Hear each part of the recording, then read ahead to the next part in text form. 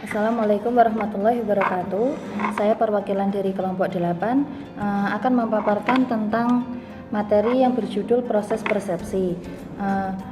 Saya dan rekan saya Nur Aziza dengan NIM 022, kemudian ada Tias Fitri Normaliza dengan NIM 026, kemudian ada Isnawati dengan NIM 039.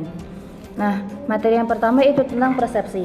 Persepsi itu adalah proses ketika seseorang memilih, mengorganisasi dan menginterpretasikan informasi yang datang menjadi suatu arti tersendiri untuk menciptakan gambaran secara keseluruhan. Kemudian ada proses persepsi sendiri itu biasanya diawali dengan adanya stimulus yang mengenai panca indera yang disebut dengan sensasi. Nah, stimulus ini beragam bentuknya dan akan selalu membordir indera konsumen. Nah, jika dilihat dari asalnya, stimulus itu ada yang berasal dari individu seperti aroma, iklan, dan lain-lain, serta yang berasal dari dalam diri individu seperti harapan, kebutuhan, dan pengalaman. Nah, lebih jelasnya itu persepsi itu seperti kita itu mendapatkan informasi dari sekitar, terus kemudian dipilih, disusun, dan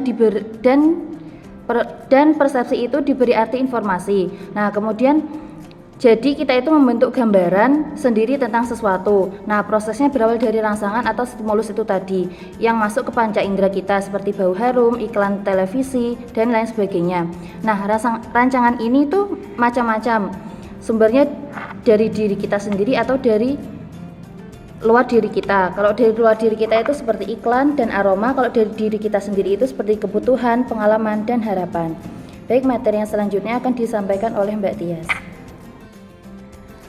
Assalamualaikum, saya Tias Fitri Normaliza.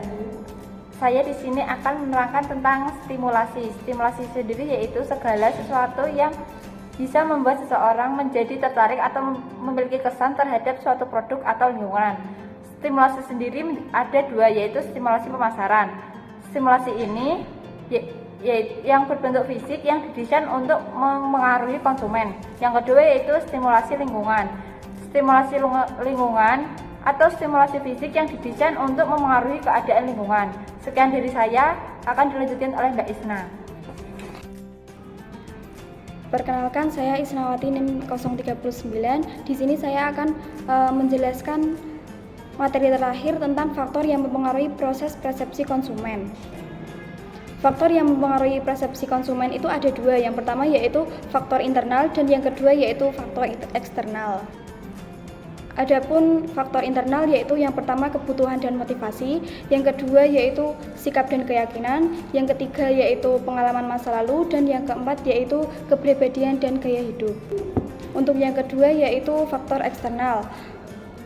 Yang pertama yaitu karakteristik stimulus seperti warna, ukuran, suara, dan lain-lain.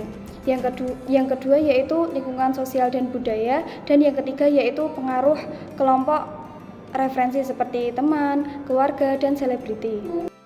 Selanjutnya yaitu contoh penerapan dalam pemasaran. Yang pertama iklan. Contohnya seperti perusahaan menggunakan warna yang cerah, suara yang menarik, dan pesan yang relevan untuk menarik perhatian dan mempengaruhi persepsi konsumen. Untuk contoh yang kedua yaitu kemasan produk. Desain kemasan suatu perusahaan, apabila desain tersebut menarik dan informatif, maka akan meningkatkan persepsi kualitas produk. Dan yang ketiga yaitu pengalaman pelanggan. Pengalaman pelanggan dapat menciptakan pengalaman positif saat berinteraksi dengan merek dan dapat membentuk persepsi yang baik dan mendorong loyalitas. Sekian materi yang dapat kita bertiga sampaikan. Mohon maaf jika terdapat salah tutur kata atau kesalahan yang lain. Kami ucapkan terima kasih. Wassalamualaikum warahmatullahi wabarakatuh.